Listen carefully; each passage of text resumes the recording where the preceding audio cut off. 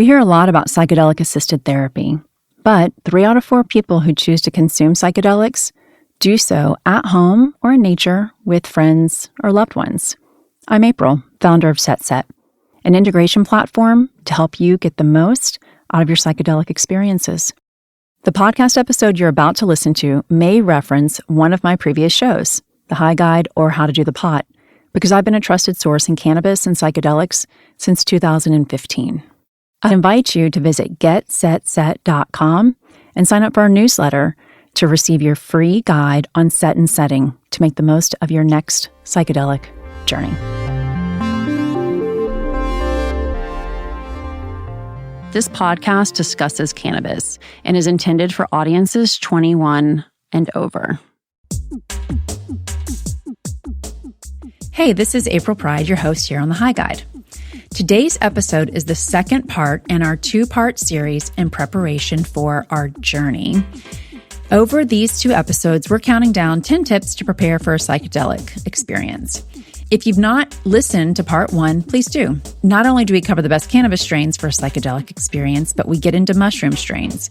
Also, in part 1, you'll learn more about Journey with the High Guide, the audio adventure that we're inviting you on starting October 29th. Journey with the High Guide is a 5-part series produced in partnership with Patchworks, where electronic music makers shop for instruments and audio equipment to create adventures in sound no matter your experience or budget. Check out this episode's show notes for more information on how to find them in real life here in Seattle or online. Okay, so have a listen to part 1 for sure. For today's episode, let's pick up where we left off in part 1 and count down the High Guide's final 5 tips to trip. In part 1, we wrapped up by covering fungi strains, so we'll kick off part 2 with number 5, how do I dose with psilocybin? In addition to taking into consideration what you've eaten, how much you weigh, you'll dose based on your goal for the journey. It's going to take a couple of rounds to figure out what works best for you. In general, as we discussed on Clubhouse this summer, this is what you can expect at a high level based on the total weight of the dried fungi you consume. We can just talk about the effects of psilocybin. So I've been told that 2 grams is you're tripping. You're definitely tripping. 1 gram is like the day is sunny, you can close your eye. The day is sunnier, you can close your eyes. This I'm sharing from personal experience. And behind your eyes, there are lots of shapes and colors, and it's pretty magical. And it lasts for maybe 3 hours. So at 120 milligrams, you're talking about a 20th, 5% of what a full trip dosage would be. Anything under half a gram is a microdose, and at this dosage level, you'll not experience any noticeable psychedelic effects or sensations. You may experience some alterations in mood, your thinking, concentration, and energy levels.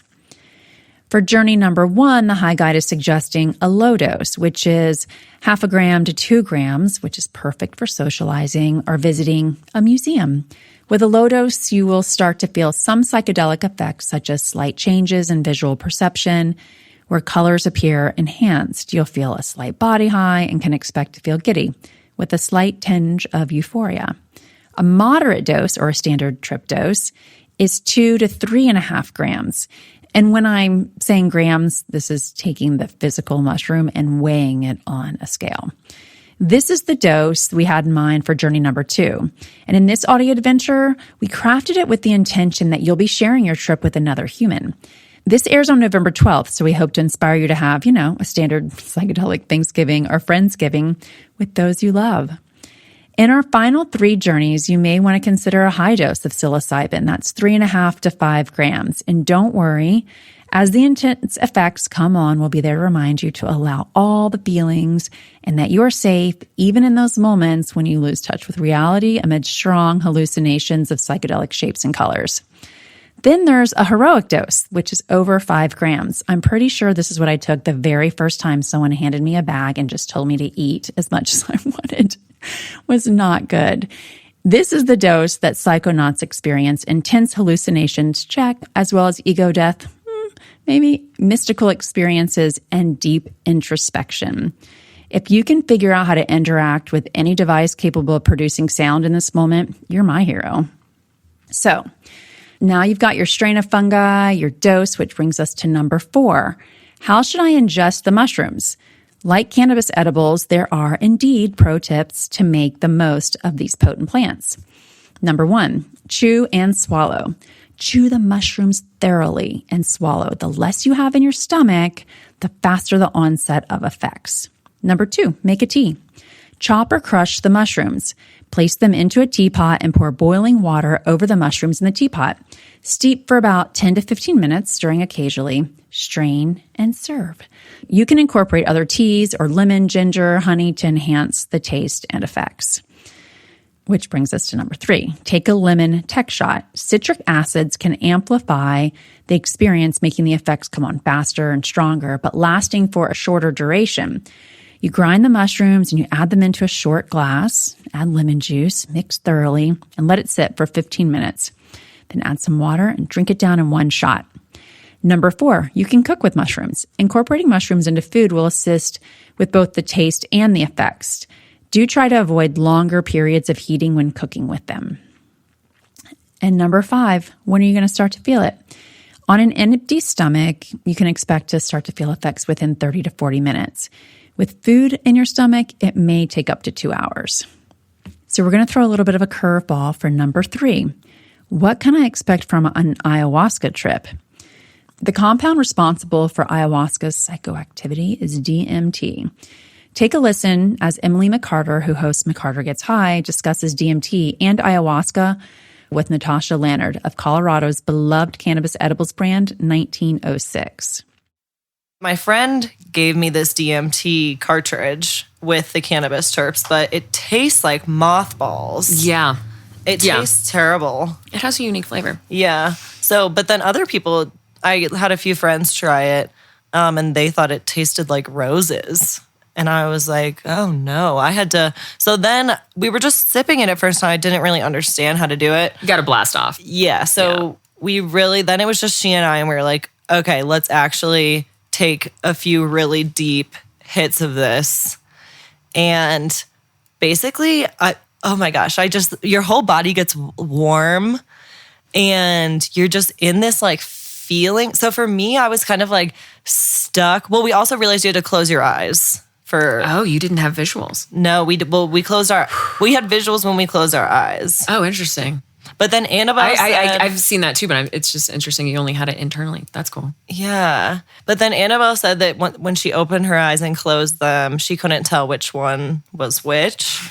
But I could tell. For me, it hit harder when my eyes were closed. So basically, I don't know. I just had this warm feeling all in my back. And the visuals, could just see all of these like color spectrums. And the only way I could keep track of time was by the music playing.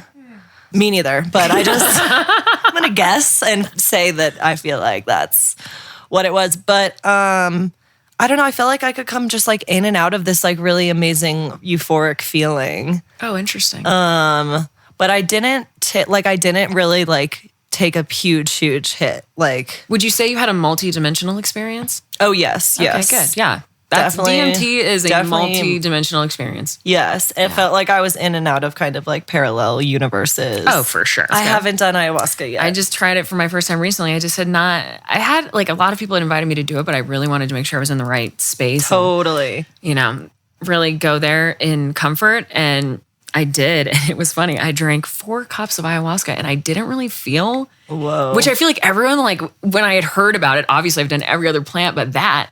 And I had heard so many different experiences of, the experience and how intense it was. And I had the most beautiful, sweet, loving experience. I was in the desert and I was sitting in a beautiful recliner covered in blankets in the desert, just looking out into the stars.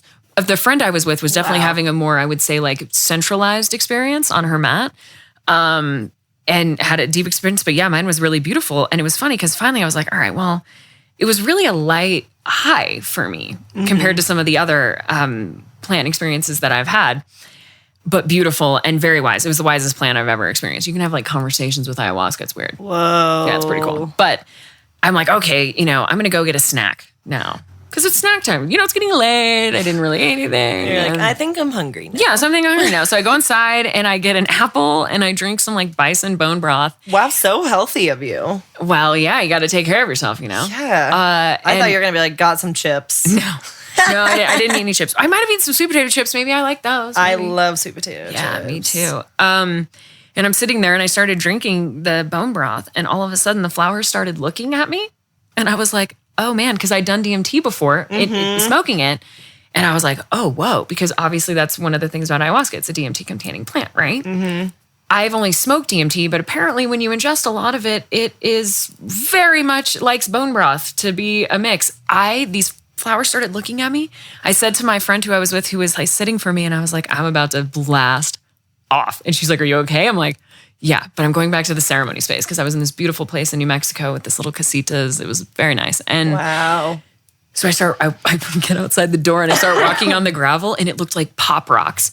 All as I was stepping on the gravel, it was like pew, pew, these little rainbows were like spraying out of the ground. I was like, oh my gosh, make it to the ceremony space. I make it to my mat. And at this point, my friend had come back and we were laying in the mattress with our friends. It was all just really good friends who sat for us and we're all laying together, just like enjoying each other's company.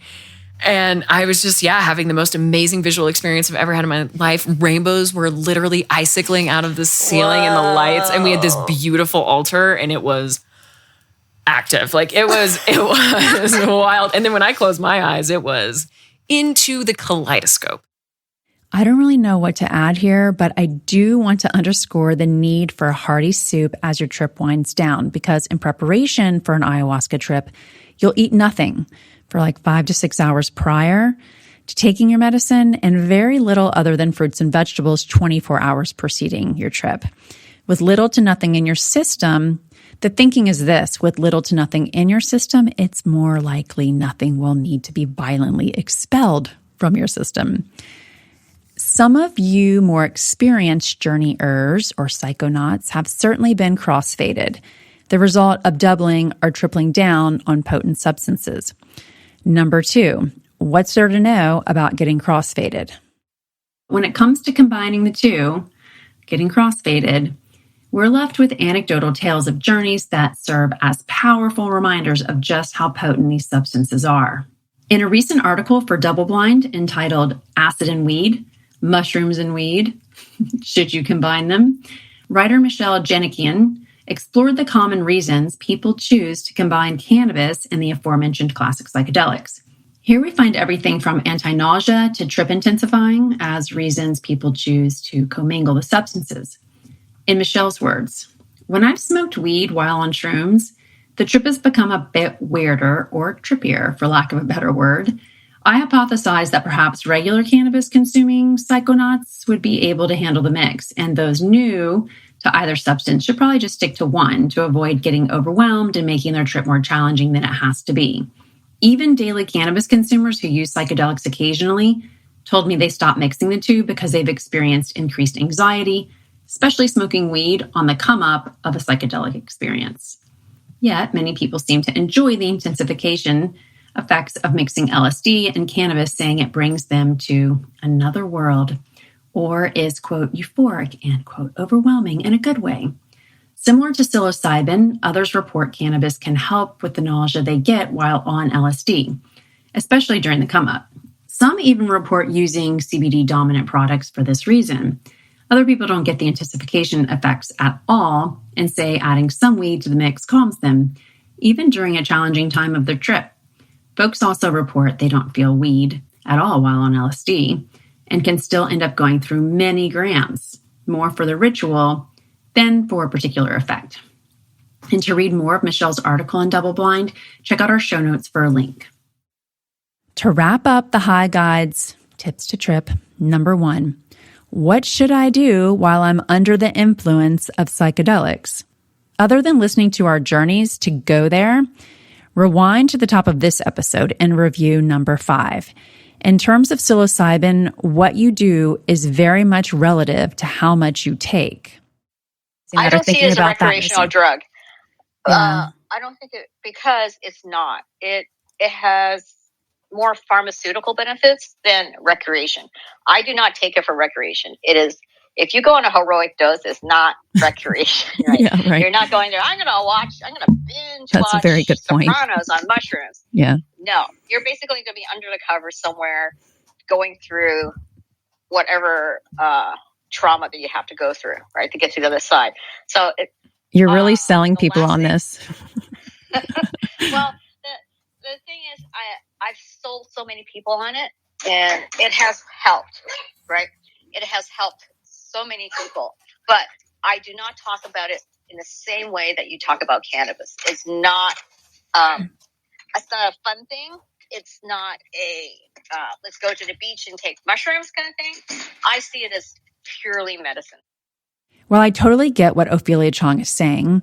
I do enjoy all plant medicine at low doses recreationally. Just like sometimes a tequila shot makes sense and other moments call for a beer, potency is the difference between enjoying Blade Runner 2046 or running for cover.